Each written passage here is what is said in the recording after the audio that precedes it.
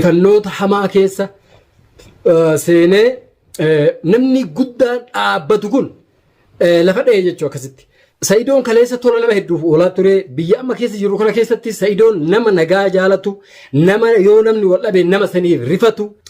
Gabbaatanii furmaata Sa'idoo barbaaduu dhabuun ilmaan isaata bakka jirtu dhabamte.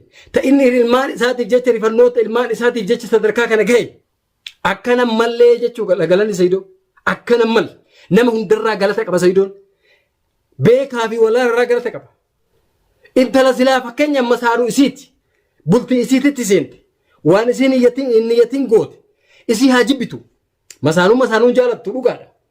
Sa'idoon wanni isarra ga'e kun sirra ka ga'u taate wanni fedhe yoo dhufe aarsaa fedhe kaffalee rakkoo ati keessa seente keessaa si baasuuf aarsaa guddaa siif jecha akka inni kaffalu Sa'idoon abdii qabnaa jechuudha Sumayya.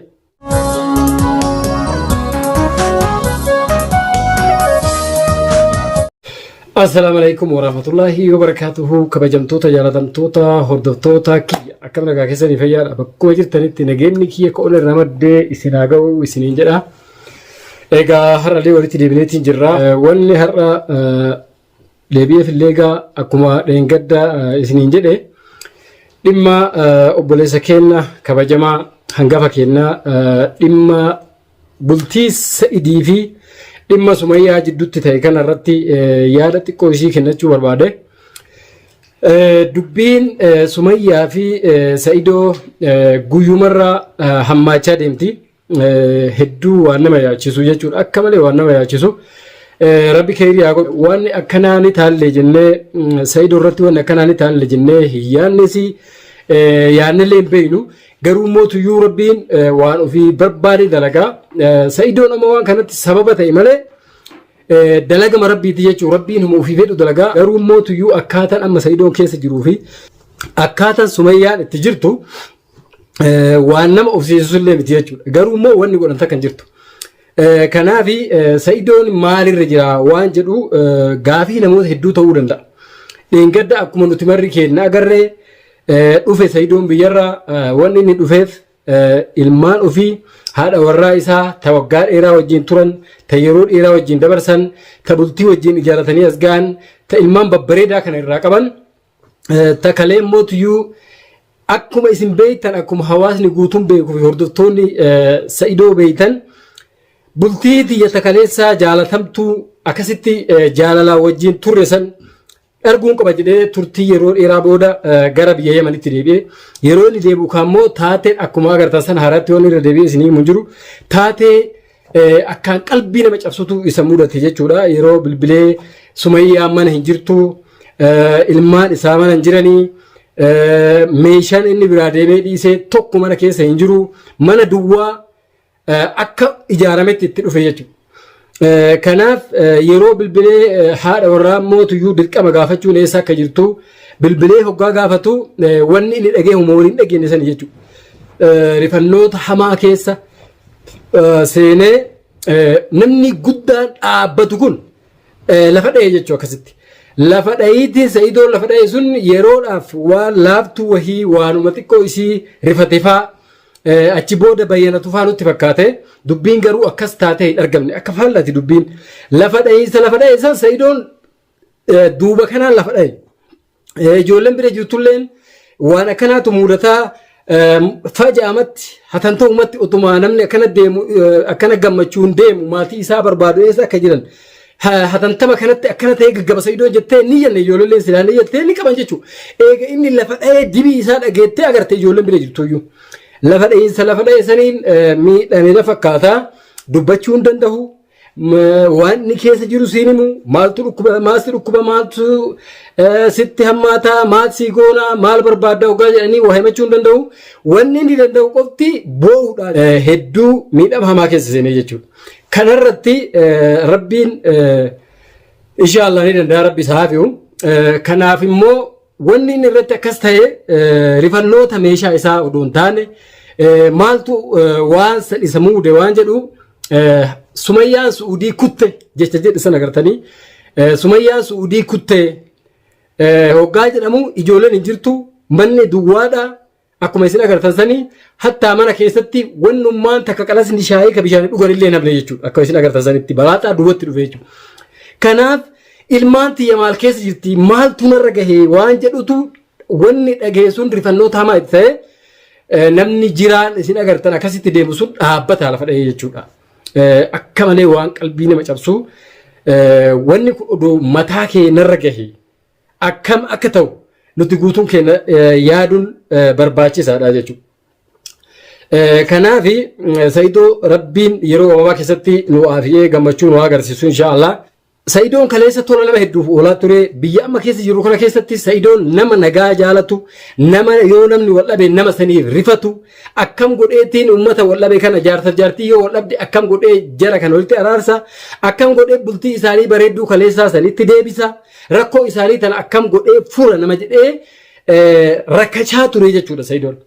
Namoota hedduurraa galata qaba jechuudha. Akkuma argaa turtan namoota hedduu wal dhabanii jarri kun dhiiroo bultiin isaanii tun walitti hin deebiti. Jaarsaaf jaartii ta'anii waliin ni jiraatanii jennee sammuun nu yaadaa turte namoota hedduu walitti araarse jechuudha Saidoon. Abbaa nagahaati, abbaa nagaa labsu, abbaa nama maraafuu jaalala jaalatu, nagaha jaalatu, har'a jaalalli inni namaaf hawwu nageenyi namni haa jiraatu, namni wal dhabee hin jiraatin jedhee inni namaa hawwee jidduu namaa dhaabbatee nama wal dhabe walitti araarsaa ture. Abbaa haadha warraatiif abbaa manaa akkuma san hiriyaa fi hiriyyitti gahee guddaa biyya kana keessatti taphachaa ture. Har'a mootuyyuu Saidoon sadarkaa kana gahuun odoo magaalaa kana keessa namni meeqa jiru namni inni harka irraa qabu namni meeqa ka inni beeku. Saidoon mootuyyuu kaleessa nama akkamii akka ture namni guutuun odoo beeku abbaa nagaa ta'u nama maraaf nagaa hawwu nama maraaf jaalala hawwu har'a sadarkaa kana gahee hiriyaa isaa ta'e warroota isatti dhiyaatu ta'e namoota isa beekan ta'e odoo magaalaa kana keessa jiran har'a gabbaatanii furmaata Saidoo barbaaduu dhabuun namni kun wanni inni irraa akkana ta'e ijoolleen tiyya eessa dhayxe haati warraa tiyya akkanumatti fajaatti maaltu manaa baase maaltu sadarkaa odoo an dhufaa jiru Suudii akka deemtu isii godhe waan jedhutu sammuu isaa jeeqee waan inni hin yaadintu ta'e waan ta'eef sadarkaa amma jiru kana ga'e jechuudha. Kanaaf mee namoonni duraan Saidoo akkana Saidoo jettanii rakkoo itti baa turtan rakkoo isin baasaa ture rakkoo mana keessan keessatti uumame isinii furaa ture nagaa mana keessan keessatti dhabame nagaa isinii buusaa ture har'a akkamitti gabbaatanii wanni Saidoo kun isin yaachisuu baatee ima calliftan. Furmaanni jiru haadha warraa isaa bakka isiin jirtu barbaadu aarteen manaa baate wanni isii aarsee manaa baase Saidoon akkuma nama tokkoo akkuma nama nagahaa akka nama ziyaara biyya deemuu biyya deeme gammachuun gaggeessitee haati warraa isaa taarra jalaa badde mana keessa baatee ilmaan guurattee bakka isiin jirtu dhabne sun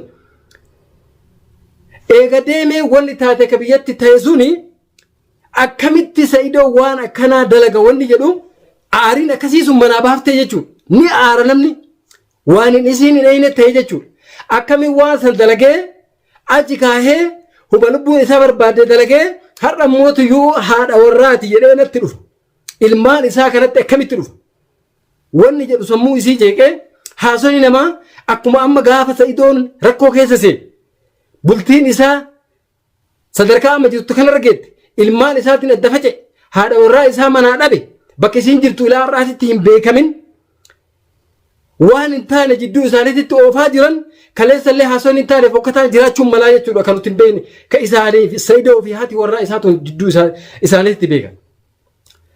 Kanan manaa isii baase isallee mootuyyuu wanni ta'e kun isa rifachiise sadarkaa har'a jiru kana gahe gabbaatanii furmaata Saidoo barbaaduu dhabuun ilmaan isaata bakka jirtu dhabamte ta inni ilmaan isaatiif jecha rifannoota ilmaan isaatiif jecha sadarkaa kana gahe san barbaanne namoonni magaalaa kana beeytan anarra namoonni akka gaariitti itti dhiyaatan ana daran Saidootti kakaleessa rakkoo itti oolaan turtan kakaleessa mala isa gaafachaa turte yoo malli isin dhabe har'a gaafa isa harkaa malli badu kana calliftanii hulaa cufattanii ol dachaatanii taa'uun annatti dhagahamee jechuudha. Saidoon nama galan isaa akkana malee miti.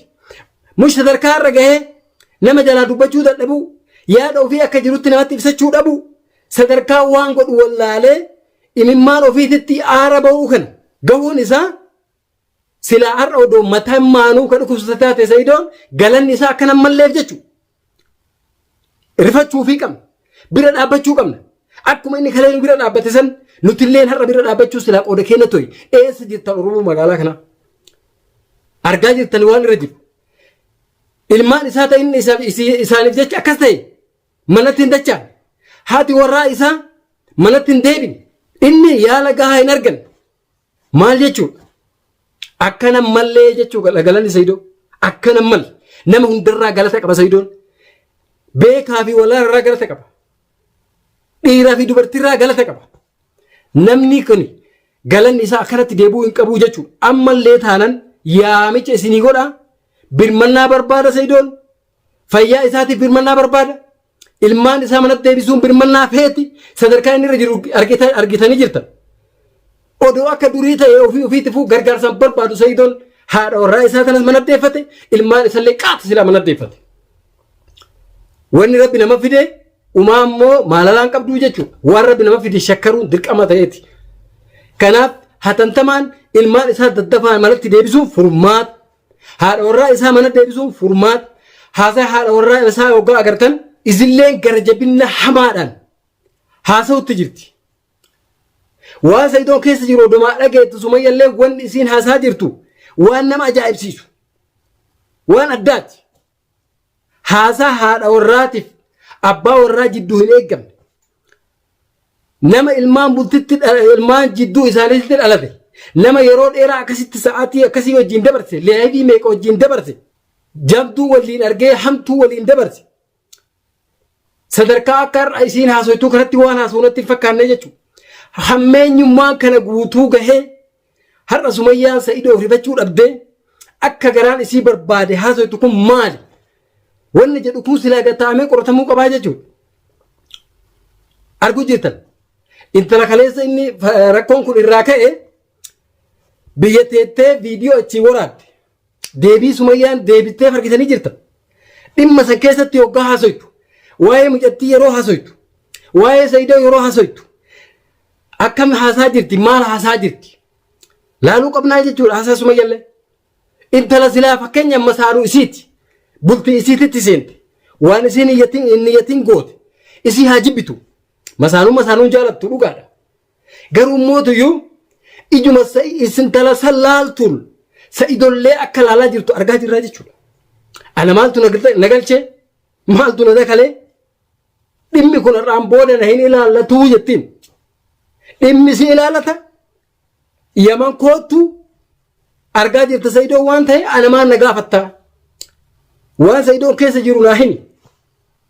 Waan Sa'idoo keessa jiru argaa jirtaa waan si himu takkaan jirtu ammaan booda nan dakalu dhimmi Sa'idoo si qaba. Situ haadha warraa isaati. Ana duraanuu na dhiisee si filate. Maal barbaada achi teettee achirraa oduu guuruu barbaadda hin dhuftu. Dhuftee furmaata barbaachisuun gootuufi. Haasoyni ati haasoytu immoo Sa'idoo si dhiisa. Ilmaan isaa agarsiisi. Ani Sa'idoo hin barbaadu waan ati jettu kun waa fudhatama qabuu miti. Nama isaaf jecha kaleessa dawaa dhuyde. Nama isaaf jecha kaleessa of balleessa jette. Sa'idoof jecha waan aarsaa feeqanii kafala jette. Har'a haaluma salphaa kanatti si dhiisa. Ilmaan itti fidi jechuun kee fudhatama hin qabu. Hatta haasoyni ati haasoytu kun asmasaayi fakkeessadha malee imimmaan sirraa hin buune. Akka na shawwaduu akka wayii na gowwoomsuu wayiitii waan jettu wayii fudhattee jechuudha Sumayyaan. Haasoyni intalli achirra haasoytus akka daran Sumayyaan garaa jabaattee ilmaan kanas manatti hin dachaaf. Ofillee mootuyyuu Sa'idootti as hin deebine. Akka gara jabummaan kaleessa manaa isii baate sun itti fufu haasoyni intalli biyyarraa haasaa jirtu isii garaa kutee jechuudha. Kun dirqama furmaata barbaadaa jechuudha. Sumayyaalleen haasoyni akkasii sirraan barbaada. Sirraan barbaachisu. Abbaa warraa keetiiti. Abbaa ilmaan keetiiti. Ilmaan ati har'a bara afaan hin beektu of hin barree fuutee deemtanii bakka hin jiru arguu hin dandeettu. Akkuma mee boolaati seente seenee si baasanaan jette san kootu na baasi. Gaafasas argaa jechaa jirti jechuudha. Illikii jecha Sa'idoon isiin jedhe duraan isa sanfaa as guurtee haasoo jirti Sumayyaalleen. Hin barbaachisu. Ilmaan kana ilmaan har'a filattee abbaa warraa keetii gaarii kana gattee ilmaan kana fuutee bakka ati jirtu siif rabbitu beeka. Deemtuun kun yoo guddatan bar abbaan keenya maal irratti akkana ta'e rabbi fidini yoo Sa'idoon wanni biraa irra ga'e kana dalanii miidhan irra ga'e abbaan keenya maal irraa akkana ta'e si gaafatti. Hin dhageetti hin qoratti seenaa abbaa ofii ilmaan tanaan ajaa'ibuu wadda. Akka gaarii jiraachuu ka barbaaddu ilmaan ta'e tana wajjin gammachuun jiraachuu ka feetu yoo Sa'idoo gara nyaatummaa qabaatteef waan inni dalage kana yoo irra tarteef waan kalee wajjin dabarsitan san laaltee bira taruu qabdaa jechuudha. Sa'idoon dubbachuu hin danda'u waan takka dubbachuu hin danda'u sadarkaan yookaan namni waa gaafatu waan dubbatu waan dadhabeef imimmaanitti aaraa jira booyuu danda'a. Miwara yellam migagar yellam misra yellam jettee ofii keetiin nutti himaa jirta jechuudha. Nama sadarkaa kanarra gahe nama kalee hamtuu fi jabduu wajji dabarsitan har'a akkamitti teettee waan haasa'u hin beeku waan ammallee bukeessu hin beeku imimmaan qofa jetta. Mee sittin dhagahamu seenaa sittin ta'u garuu mootuyyuu odoo har'a bakka ati Sa'idoon wanni isarra gahe kun sirra ka ga'u taate wanni fedhe yoo dhufe aarsaa fedhe kaffalee rakkoo ati keessa seente keessaa si baasuuf aarsaa guddaa siif jecha akka inni kafalu Sa'idoon abdii qabnaa jechuudha Sumayya. Atis nu daran akka gaarii beeytaa jechuudha. Jaarsaaf jaartii daran namni wal beeku hin jiru. Silaa har'a si taate akka Sa'idoon ta'e kana silaa ati irra taate aarsaa kafale sii kafalan waan feete yoo goote Sa'idoon. Garajabummaan akkanaa maaltu barbaachise maaltu fide maali garajabummaan akkanaa maaltu si yaafe kanaan booda namni kun eegaa haasa'uu hin dandeenye. Wanni inni akkana ta'eef siif jecha lafa dha'e fakkeessa fi miti ilmaan ofiitiif jecha ati mootuyyuu har'a anaaf jedhee odoo hin ta'in waan biraa waan adda addaa yaaduma duraan itti jiru maalii ta'e akkas ta'e haasaa akkanaa sirraan barbaachisu jechuudha sila garajabummaan kun. Kanaaf warroon hiriyyaa isaa kakaleessa wajjin beeynu ka inni bira dhaabbachaa ture ka isatti irraa mala fudhachaa turan rakkoo feete yoo itti dhufte isatti dhufanii isatti mari'achaa turan har'a mootuyyuu mee akkamitti isa yaalla akkamitti furmaata Sa'idoo kana goona akkamitti bultii isaa tana mana deebifne akkamitti ijoollee isaa tana walitti deebifne mucaan kun mee ijoollee tana yoo arge gammachuma akkuma rifatee miidhaan kun irra gahe gammachuuwwan kanarraa ka'ee fayyuu danda'a jechuudha. Namni ilaa gaafa sanii ilaa har'aa mustashfarraa hin bahin silaa dhimmi kun kallattiin hiriyyaan kaleessa rakkoo fi bal'ina keessatti Sa'idoon bira dhaabachaa ture Sa'idoon wajjin dabarsaa turan ka wal biratti argine abdii fi Sa'idoon inni waan biraa dalaga. Yeroo takka deemetiin intala miskiina ofiifuu waa takka quba hin qabne meeshaa Sumayyaan gurguratte maallaqa isaa san qixxee adda qoodamtanii jedhee mucattii hambaa poolisaan barbaada akka isin jireenya hin jiraan. Kaleessa galgala sababaa isaa sodaa kanaaf jecha poolisaan na barbaada manaa bahee bakka biraa bulee jetti mucattiin miskiinni sun akka isin argitanitti. Silaa har'a yeroon tuni yeroo diinagdee barbaadanii abdi silaa yeroon amma abdi irra jiru tun yeroon Sa'idoo hunda akka haalli Sa'idoo keessa jiru kun silaa yeroo ati olii gad deemtee maallaqa barbaaddu. Isaa kana fayyifnee kaanee waan jiru yoo rakkoon jiraatillee mucattiintu yoo waa beeytee bakka Sumayyaan jirtu beeytellee yoo uummata dalagame san keessa shira qabaattellee eega inni nuu fayye yoo goone gaariin turu. Kanaaf wanni deemaa jiruu fi wanni ta'aa jiru hedduu gara nama nyaataa haalli Sa'idoo keessa jiru hedduu namatti ulfaataa. Isin guutuun keessanuu bakka jirtanitti akkuma amantii keessanitti du'aayee kadhadhaa fi isiniin jechuu barbaada. Du'aayee keessanii nu bira dhaabbadhaa inshaallah waan irra geennee fi waan goonu ilaallee ka walitti deebinee walii ibsinu ta'a. Isiniin jechuu barbaada hordoftoota fi kabajamtoota kiyyaa hedduu gadda akka malee qalbii na cabtee namni jiru silaa waan haasa'u hin wallaalu jecha maaf haasaa. Akkasitti inshaallah rabbiin khayrii nu haa dhageessisu Sa'idoo keenyallee rabbiin nu haa fayyisu haala warraa isaa tanallee rabbiin garaa haa laaffisuu fi ilmaan isaatti walitti haa deebisu du'aayeen nu bira dhaabbadhaa isiniin jedha. Haga viidiyoo biraatti walitti dachaanu assalaamu alaikum wa rahmatullaahi wa barakaatuh.